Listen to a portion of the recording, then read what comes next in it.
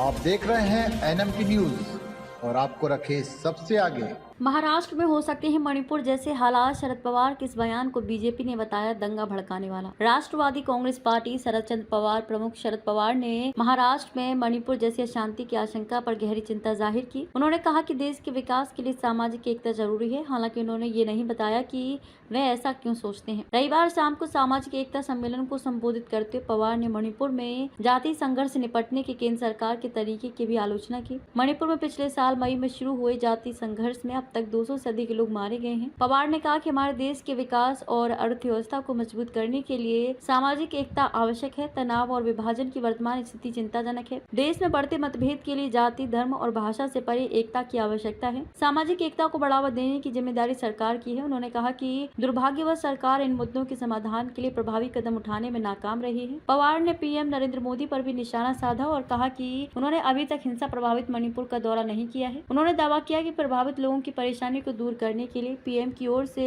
कोशिशों की कमी दिखाई दे रही है। पवार के बयान पर प्रतिक्रिया देते हुए बीजेपी के राज्य इकाई के चंद्रशेखर बावनकुले ने कहा कि उनका बयान अनुचित है। उन्होंने कहा कि इसमें दंगे भड़काने वाली भाषा का इस्तेमाल किया गया है। वहीं पवार ने कहा कि मौजूदा हालात चिंताजनक है। उन्होंने केंद्र पर इन मुद्दों को हल करने के लिए प्रभावी कदम उठाने में विफल रहने का आरोप लगाया। उन्होंने अपने भाषण में बार बार मणिपुर का जिक्र किया। आप देख रहे हैं एनएमटी न्यूज और आपको रखे सबसे आगे।